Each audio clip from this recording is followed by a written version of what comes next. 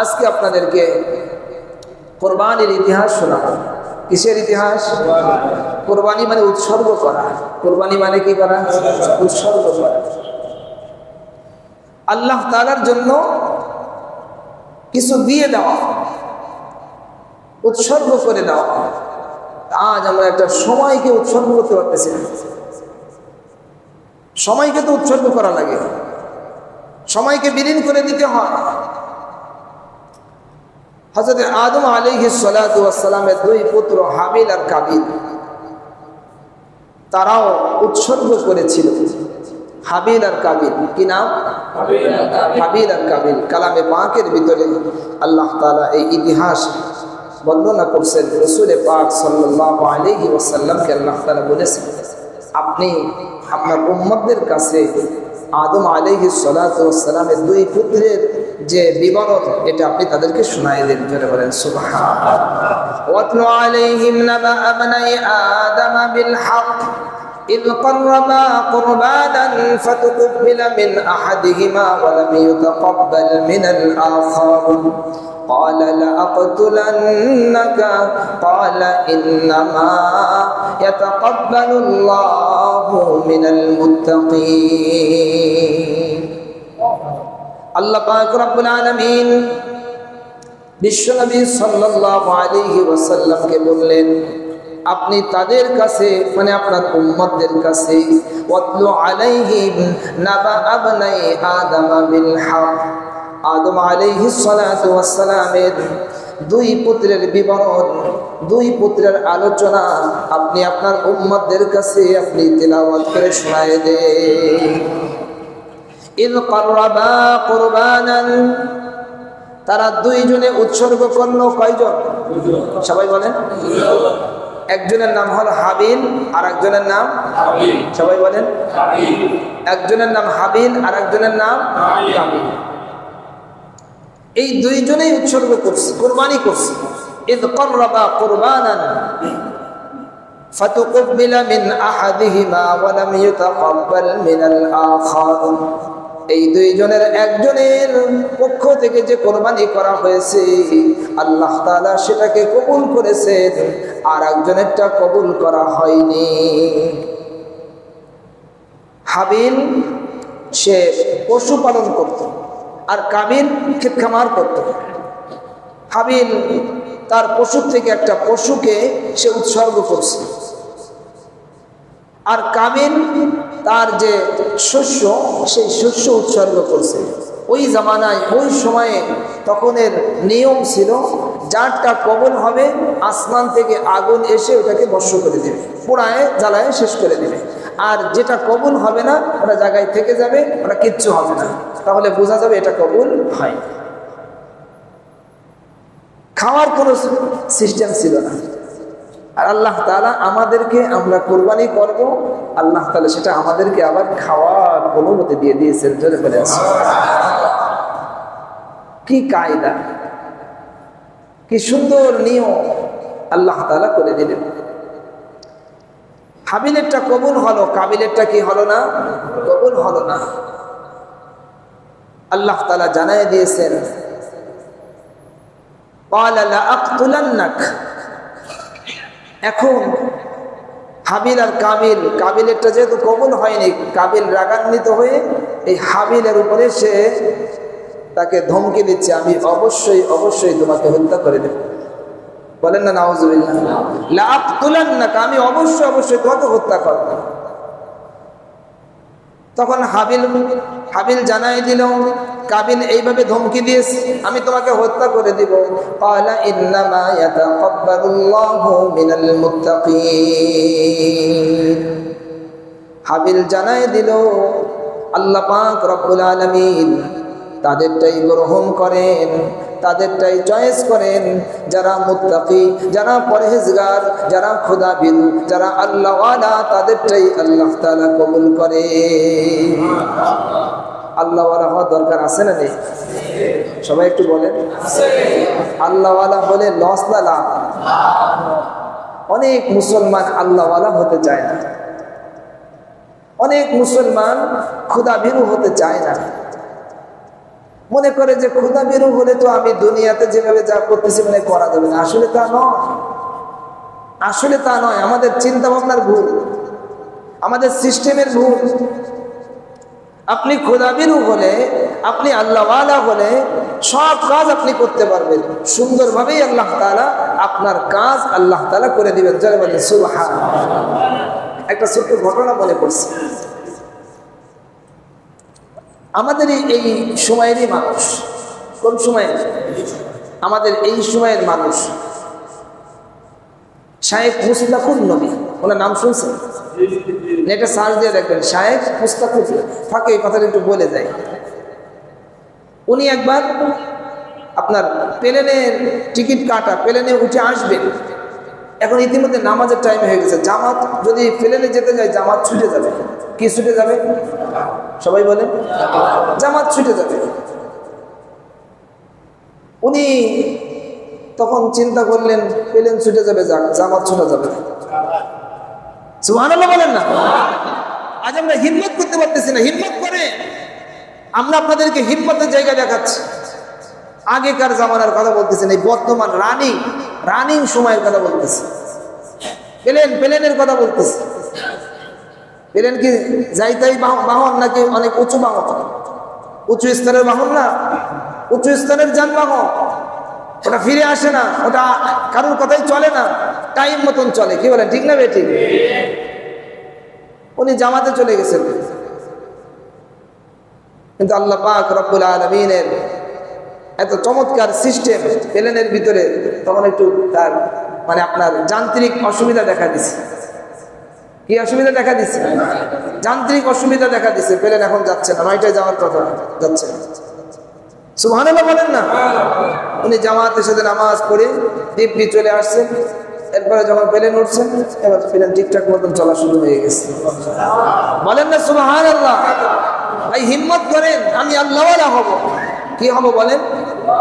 সবাই বলেন না ভাই, আল্লাহওয়ালা হব।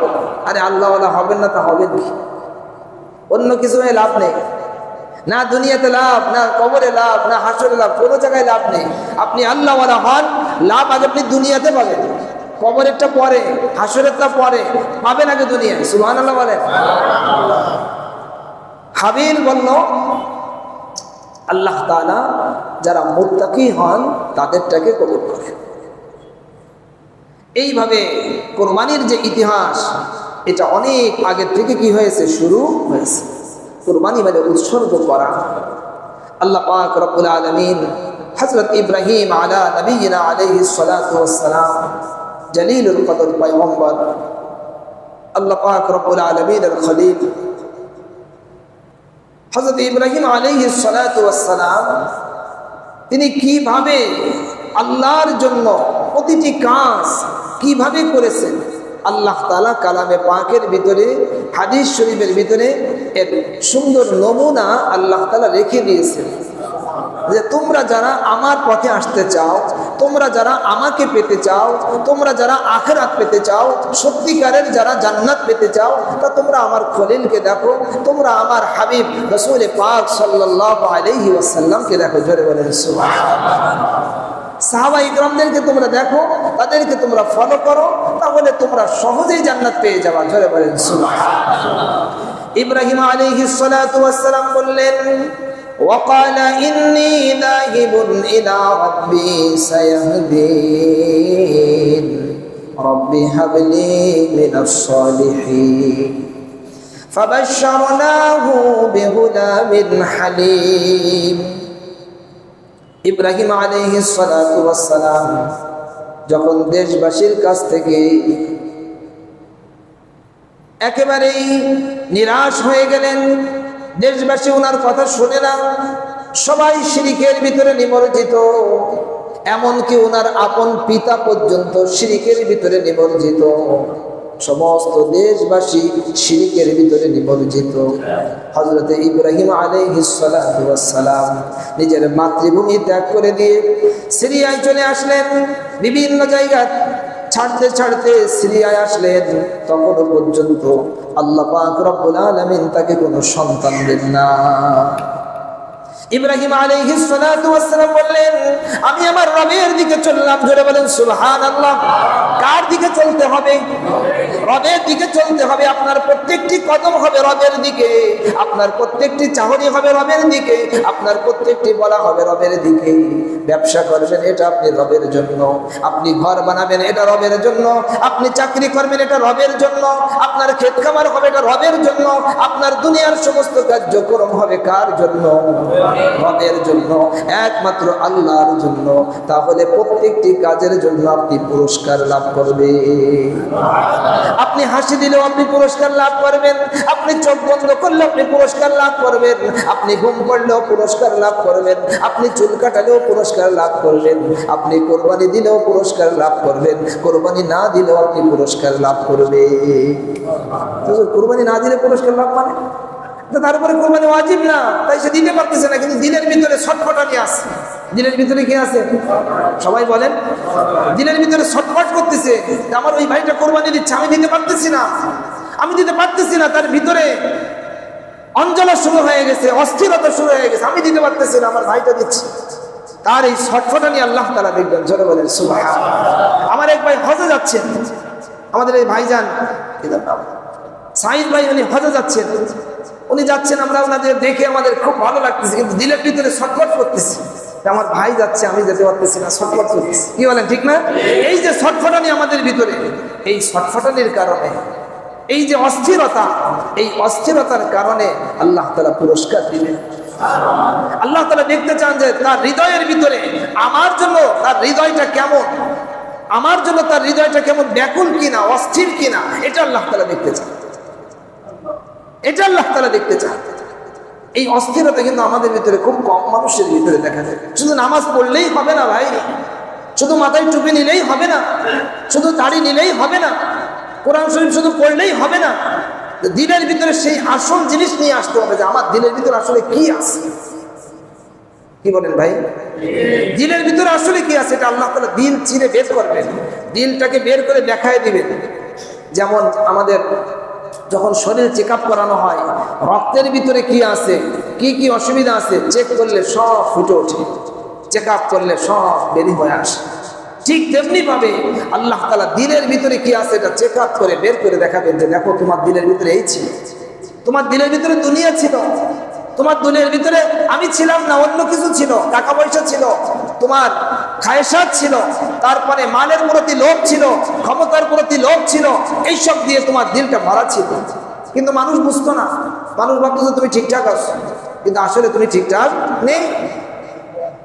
আল্লাহ আমাদের সবাইকে হেফাজত করেন না, বলেন না আমিন। তো হযরত ইব্রাহিম আলাইহিস সালাতু ওয়াস সালাম তখনও পর্যন্ত তার কোনো সন্তান হয়নি। তিনি রওনা দিয়েছেন আল্লাহর দিকে। কার দিকে? রবের দিকে। ওয়াকালা ইন্নী যাহিবুন ইলা রাব্বি, শব্দ ব্যবহার করছেন ইলা রাব্বি, বলেন নাই যে ইলা আল্লাহ, তা বলেন নাই, ইলা রাব্বি, যিনি আমার পালনেওয়ালা রব, আমাকে পালতেছেন ছোট থেকে বড় পর্যন্ত, সমস্ত অবস্থা, আমার রিজিক, আমার দৌলত, আমার ব্রেন, আমার বুদ্ধি, সব কিছু যিনি আমাকে দিচ্ছেন, আমি সেই রবের দিকে চললাম। জোরে বলেন সুবহানাল্লাহ। সায়াহদিন, তিনি আমাকে পথ প্রদর্শন করবেন, পথ দেখাবেন। রব্বি হাবলি মিনাস সালিহিন, যাদের কোনো সন্তান নাই আপনারা এই দোয়াটা বেশি পরিমাণে পাঠ করবেন, অবশ্যই কবুল হয়ে যাবে ইনশাআল্লাহ। তাহাজ্জুদের সময়, ফরজ নামাজের পরে আরো যে সমস্ত দোয়া, যে সমস্ত সময় দোয়া কবুল হয়, জুমার দিন আসর থেকে নিয়ে মাগরিব পর্যন্ত আরো বিভিন্ন সময় আছে যখন দোয়া কবুল হয়, ইফতারির সময় দোয়া কবুল হয়, এই সমস্ত সময় আপনারা বেশি পরিমাণে এই দোয়াটা পাঠ করবেন। রব্বি হাবলি মিনাস সালিহিন, পড়েন না সবাই, রব্বি হাবলি মিনাস সালিহিন, রব্বি হাবলি মিনাস সালিহিন। হে আমার প্রতিপালক, আপনি আমাকে একটা নেককার সন্তান দান করেন। সন্তান হলো যদি নেককার না হয় তাহলে আপনি তখন নিজেই বদ্ধ আপনি, আল্লাহ তুমি নেও না কেন, আমি ওর হাত থেকে আমারে বাঁচা। কি বলেন, ঠিক না বেঠিক? এমন অনেক মানুষ আছে। এই জন্য দোয়া করতে হবে। আর একটা দোয়া আছে বিশেষ সময়ে, বিশেষ কাজের আগে একটা দোয়া আছে, এই দোয়াটা আপনারা শিখে নেবেন। আল্লাহুম্মা জান্নিবনা শাইতান ওয়া জান্নিবিশ শাইতানা মা রাযাকতানা, এই দোয়াটা পাঠ করবেন। অনেক মুসলমানের দোয়া জানে না। প্রত্যেকটা ব্যাপারে ব্যাপারে আল্লাহর নবী সাল্লাল্লাহু আলাইহি ওয়াসাল্লাম দোয়া শিক্ষা দিয়েছেন। এমন কোনো ব্যাপার নেই যেই ব্যাপারে দোয়া নেই। সুবহানাল্লাহ বলেন না? যানবাহনে যাবেন, সেখানে দোয়া আছে। বাথরুমে যাবেন, বাথরুমে যাওয়ার সময় দোয়া। চিন্তা করেন, একটু চিন্তা করেন। খানা খাবেন, সেই সময়ও দোয়া। বাজারে যাবেন, সেই সময়ও দোয়া। দোয়া মানে কি? আপনি আল্লাহ তাআলার কাছ থেকে সাহায্য চাচ্ছেন। হ্যাঁ আল্লাহ, আমার এরা কি সাহায্য করবে, আপনি আমাকে সাহায্য করেন। তাহলে রোড যে কি পরিমাণ অ্যাক্সিডেন্ট হয়, এত অ্যাক্সিডেন্ট হবে না যদি সে দোয়া করে যদি রওনা দেয়। দোয়া কালাম কি? উঠেই অমনি দেয়, গুরানি দিয়ে অমনি চলো, আর যাই অমনি মাইরে দিয়ে শিখে দেয়। কি বলে ঠিক না? তাদেরকে, আপনাদের সন্তানদেরকে দোয়া শিক্ষা দিবেন। ইব্রাহিম আলাইহিস সালাতু ওয়াস সালাম দোয়া করলেন, তখনও তার কোনো সন্তান হয়নি। আল্লাহ তাআলা তার দোয়াকে কবুল করলেন। জোরে বলেন সুবহানাল্লাহ। ইব্রাহিম আলাইহিস সালাতু ওয়াস সালামকে আল্লাহ তাআলা পুত্র সন্তান দিলেন, হযরত ইসমাঈল আলাইহিস সালাতু ওয়াস সালাম। হযরত ইসমাঈল আলাইহিস সালাতু ওয়াস সালাম চলতে চলতে যখন তার বয়স 12 থেকে 13 বছর এরকম একটা বয়সে যখন পৌঁছে গেলেন, فلما بلغ معه السعي قال يا بني إني أرى في المنام أني أذبحك। খুব খেয়াল করেন, এই দুনিয়া হলো পরীক্ষার জায়গা। কিসের জায়গা? এই দুনিয়া কিসের জায়গা? প্রতিদিন দিনের বেলা, দুপুর বেলা, রাতের বেলা, বিভিন্ন সময় বারবার এই কথা বলবেন, এই দুনিয়া পরীক্ষার জায়গা। আল্লাহ তাআলা আপনাকে যা দিয়েছেন ভালোবেসে দিয়েছেন না। কেউ এটা তো মনে করবেন না যে আমারে ভালোবেসে আল্লাহ তাআলা এটা দিয়েছেন, না, আপনাকে পরীক্ষা করার জন্য এটা দিয়েছেন। পরীক্ষার জায়গা, পরীক্ষার জিনিস, পরীক্ষা করার জন্য এইসব জিনিস আল্লাহ তাআলা দিয়েছেন, ভালোবেসে দিয়েছেন না, পরীক্ষার জন্য।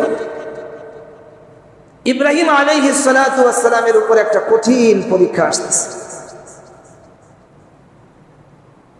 ইব্রাহিম আলাইহিস সালাতু ওয়াস সালামের এই পুত্র যখন একটু বড় হতে হতে হতে হতে 12-13 বছর বয়সে যখন চলে আসছে, বার্ধক্যের সময়ে বৃদ্ধ বয়সে পুত্রটা পেয়েছে। যখন পুত্রটার বেশি দরকার, সাহায্যের জন্য একটু কাজে সাহায্য করবে, পানিটা আগায় দিবে, আর অন্যান্য কাজে সাহায্য করবে। আর এই সময়ে অনেক তার আপনার কৈশোর শেষ করে যখন যৌবনের দিকে অগ্রসর হয়ে গেছে, এই সময়ের প্রতি পিতার সন্তানের প্রতি ভালোবাসাটা অনেক বেশি জাগ্রত হয়। ঠিক সেই সময়ে পরীক্ষাটা আসছে, একের পরে এক পরীক্ষা। ঠিক তেমনিভাবে আমাদেরও পরীক্ষা চলতেছে, এক একভাবে পরীক্ষা। এক একজনের পরীক্ষার সিস্টেম এক এক রকম। আপনাকে আল্লাহ তাআলা এক রকমের পরীক্ষা নেবেন, আমাকে আল্লাহ তাআলা আর এক রকমের পরীক্ষা নেবেন, আপনাকে আল্লাহ তাআলা আর এক রকমের পরীক্ষা নেবেন। সবার পরীক্ষা একরকম হবে না। কি কথা বলেন? সবার পরীক্ষা দুনিয়াতে একরকম হয়? যারা থ্রিতে পড়ে তাদের পরীক্ষা যেমন, যারা মাস্টার্স পড়ে তাদের পরীক্ষা একই বলেন, যারা ডাক্তার পড়ে, ডাক্তারি পড়ে তাদের পরীক্ষা যেমন, আর যারা ইঞ্জিনিয়ারিং পড়বে তাদের পরীক্ষা কি একই পরীক্ষা? পরীক্ষা হচ্ছে ঠিক, কিন্তু পরীক্ষার ভিতরে ভিন্নতা আছে। ঠিক তেমনিভাবে আমাদের সবাই আমরা পরীক্ষা দিচ্ছি, আমরা এখানে সবাই পরীক্ষা দিচ্ছি। ইব্রাহিম আলাইহিস সালাতু ওয়াস সালামের উপরে একটা বড় পরীক্ষা আসছে। তা বড় পরীক্ষাটা সরাসরি না, ডাইরেক্ট না, ইনডাইরেক্ট। সরাসরি না, সরাসরি আল্লাহ তাআলা বলেন নাই। আল্লাহ তাআলা স্বপ্নের ভিতরে দেখিয়েছেন, ঘুমের ভিতরে। কিসের ভিতরে? ঘুমের ভিতরে। লোক যেমন দামি হয়, যে যত বড় হয় তার পরীক্ষাও তত বড় হয়, আর যে যত ছোট হয় তার পরীক্ষাও তত ছোট হয়। ইব্রাহিম আলাইহিস সালাতু ওয়াস সালাম অনেক জলিলুল কদর পয়গম্বর, তার মর্যাদা অনেক বেশি। আল্লাহ তাআলা তাকে অনেক মর্যাদা দিবেন, এইজন্য তার পরীক্ষার স্তরটাও বড়। فلما بلغ معه السعي قال يا بني إني أرى في المنام।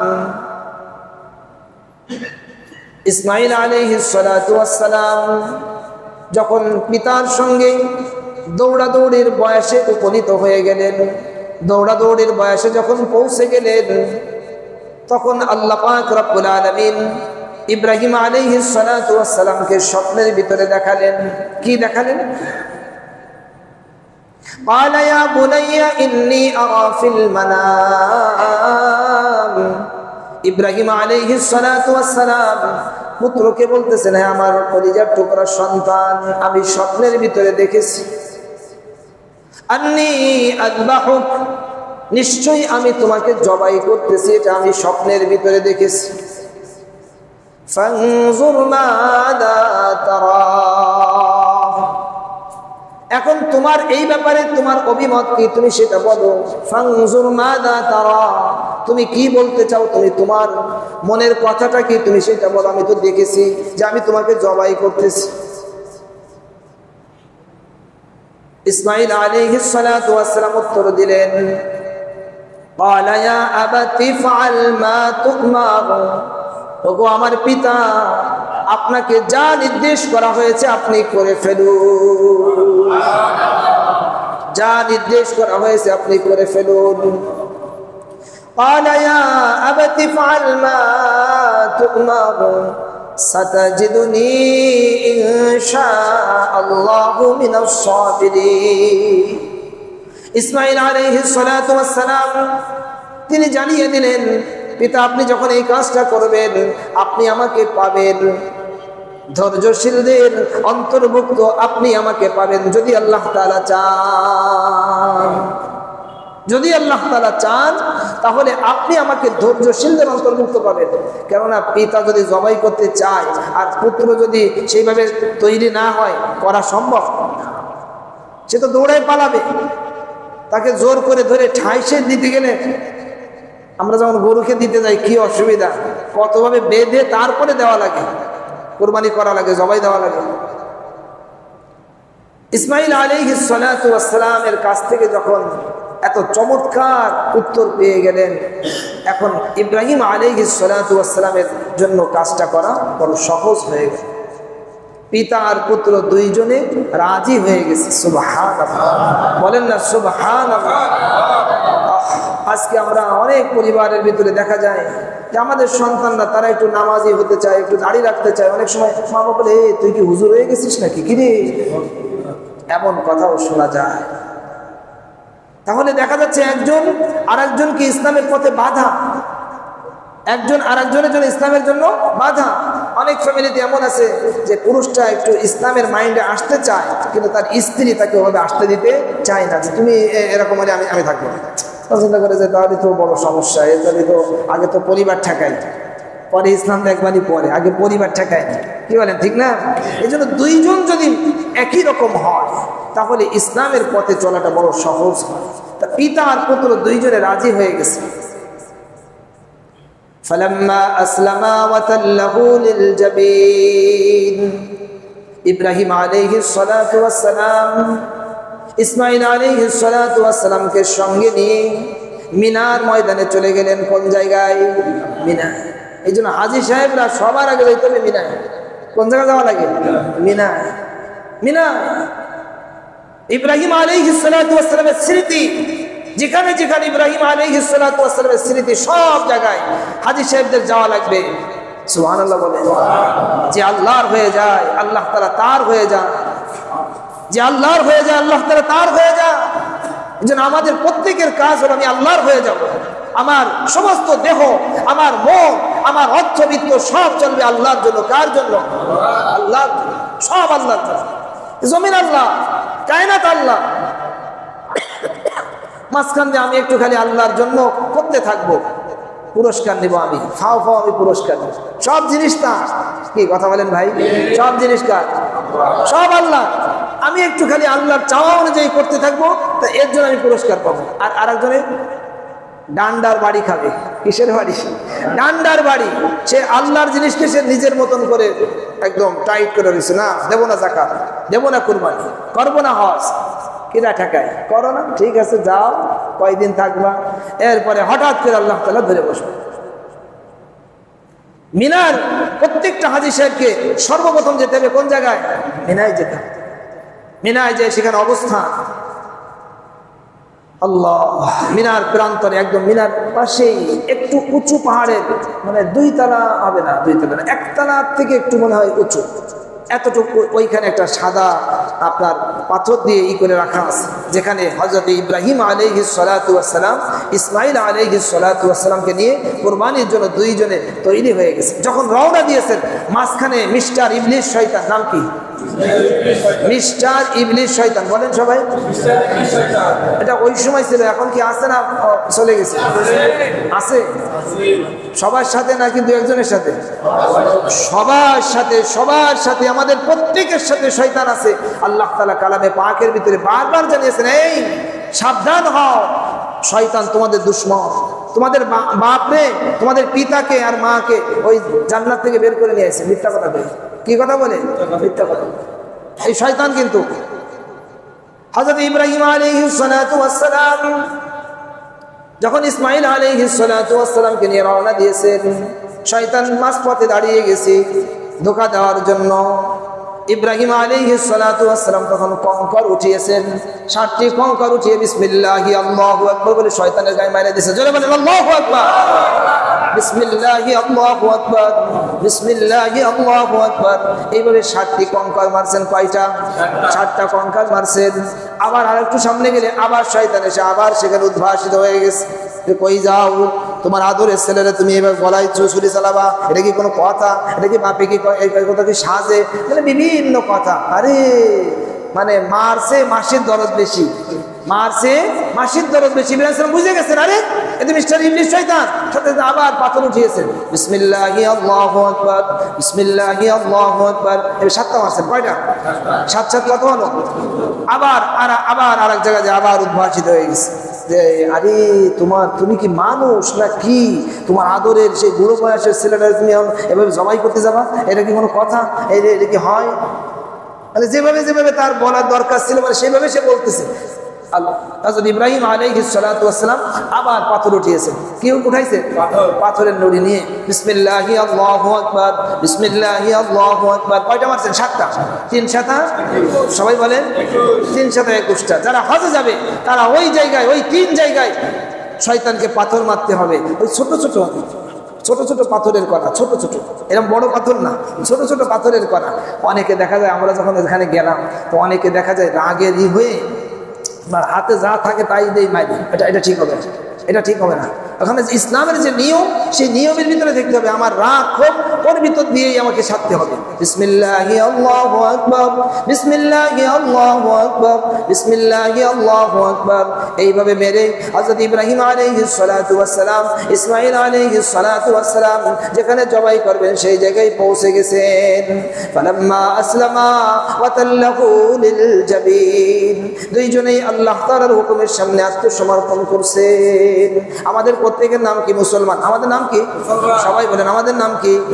মুসলমান। মানে আত্মসমর্পণকারী। যেই লোক আত্মসমর্পণ করে নাই ও মুসলমান না। নাম নিলেও মুসলমান আপনি হবেন না। আত্মসমর্পণ আপনাকে করতে হবে। আল্লাহ তাআলার প্রত্যেকটা হুকুমের সামনে আপনাকে সঁপে দিতে হবে, তাহলে আপনি মুসলমান। আর যদি আপনি সঁপে দিতে না পারেন তাহলে আপনি কিসের মুসলমান? বলেন। আত্মসমর্পণকারী সে নিজেকে আল্লাহর সামনে, আল্লাহর প্রত্যেকটি হুকুমের সামনে নিজেকে সঁপে দিবে, নিজেকে ছেড়ে দিবে। আল্লাহ তাআলার এখন হুকুম এটাই, ব্যাস এটাই, এর ভিতরেই সে থাকে। পিতা আর পুত্র 2 জনে চলে গেলেন। পিতা আর পুত্র 2 জনে আত্মসমর্পণ করেছেন। ওয়া তাল্লাহু লিল জাবিন, ইসমাঈল আলাইহিস সালাতু ওয়াস সালামকে কাঁধ করে শুইয়েছেন। কিভাবে শুইয়েছেন? কাঁধ করে। কেউ বলে যে কোন মানে এসে লেখা আছে যে আপনার বুট করে, মানে আপনার কি বলেন উপর করে। উপর করে না, জাবিন বলা হয় কপালের 2 পাশকে, কপালের 2 পাশকে জাবিন বলা হয়। আর জাবহাতুন, কপালের মাঝখানকে বলা হয় জাবহাতুন। কপালের মাঝখানের নাম কি? জাবহাতুন। আর 2 পাশকে বলা হয় জাবিন। তা যখন কাজ করে শোয়ালে এই পাশ লাগে। ওয়াতাল্লাহু লিল জাবিন, ইব্রাহিম আলাইহিস সালাতু ওয়াস সালাম ইসমাঈল আলাইহিস সালাতু ওয়াস সালামকে কাজ করে শোয়ালেন। কাজ করে শোয়ানোর পরে এবার ছুরি চালানো শুরু করছে। কি চালানো শুরু? সমস্ত আয়োজন রেডি করা হয়ে গেছে, সমস্ত আয়োজন রেডি, সমস্ত আয়োজন রেডি হয়ে গেছে। আল্লাহ তাআলার পক্ষ থেকে আগে থেকেই অর্ডার দেওয়া আছে, ও ছুরি খবরদার খবরদার আমার ইসমাইলের একটা পশমও যেন না কাটে। আমি তোমাকে কাটার জন্য বানাই নাই, তোমাকে আমি বোতা হিসেবে বানিয়েছি। তুমি ইসমাইলের কিছুই তুমি করবা না। সুবহানাল্লাহ বলে। পিতা আর পুত্র যখন এইভাবে দুইজনে একাকার হয়ে গেছেন, ইব্রাহিম আলাইহিস সালাতু ওয়াস সালাম এভাবে ছুরি চালাইতেছেন, কিন্তু আল্লাহ তাআলার যে আয়োজন দেখার দরকার ছিল দেখা হয়ে গেছে। গায়েবী আওয়াজ আসছে, ওয়ানাদাইনাহু আইয়া ইব্রাহিম, ও ইব্রাহিম, ও ইব্রাহিম, قد صدقت الرؤيا, তুমি স্বপ্নে যা দেখেছিলে তা সত্য সত্যই তুমি বাস্তবায়িত করে দেখায় দিলে। ইন্না কাযালিকা নাজজিল মুহসিনিন, এভাবে আমি সৎ কর্মশীলদেরকে প্রতিদান দিয়ে থাকি। তার সন্তানের গলায় ছুরি চালানো, ভাই একটু চিন্তা করেন। এই ঘটনাটা খালি খালি শুনেন না, একটু চিন্তা করেন। চিন্তা করতে পারবেন ভাই? সবাই একটু বলেন, 10টা মিনিট খালি একটু চিন্তা করবেন যে আমার সন্তান আছে, আমি এর গলায় ছুরি চালাবো। কি কথা, কি কথা, কত কঠিন, কত কঠিন, কিন্তু ছুরি চালাই তিনি দিচ্ছেন। কি কথা! আল্লাহ তাআলা যেটা দেখার ছিল আল্লাহ তাআলা দেখে নিয়েছেন, আল্লাহ তো আগেই জানেন, কিন্তু আল্লাহ তাআলা দেখাতে চেয়েছেন বিশ্ববাসীকে, বিশ্ববাসী দেখো, বিশ্ববাসী দেখো আমার ইব্রাহিম আমাকে পাওয়ার জন্য দেখো কি করছে। তোমাদের কাছে তো আমি এত কিছু চাইনি, সামান্য কিছু চেয়েছি। এই একটু নামাজ পড়বা 5 বেলা, এই একটু আমার কথা তোমরা মানবা, এই একটু অল্প সময় একটু দান সদকা করবা, একটু কুরবানি করবা, এই যাদের হজ তারা একটু হজ করবা, এই অল্প স্বল্প তোমরা করলেই তাতেই হবে। তোমাদের অত বড় আপনার পরীক্ষা তোমাদের দিতে হবে না। কি বলেন, ঠিক না ঠিক ভাই? এইভাবে হযরত ইব্রাহিম আলাইহিস সালাতু ওয়াস সালামের এই যে আপনার কুরবানি, এটা এত আল্লাহ তাআলার কাছে পছন্দনীয় হয়েছে, আল্লাহ তাআলা এটাকে সুন্নাত বানিয়ে দিয়েছেন এই উম্মতের জন্য। জোরে বলেন সুবহানাল্লাহ।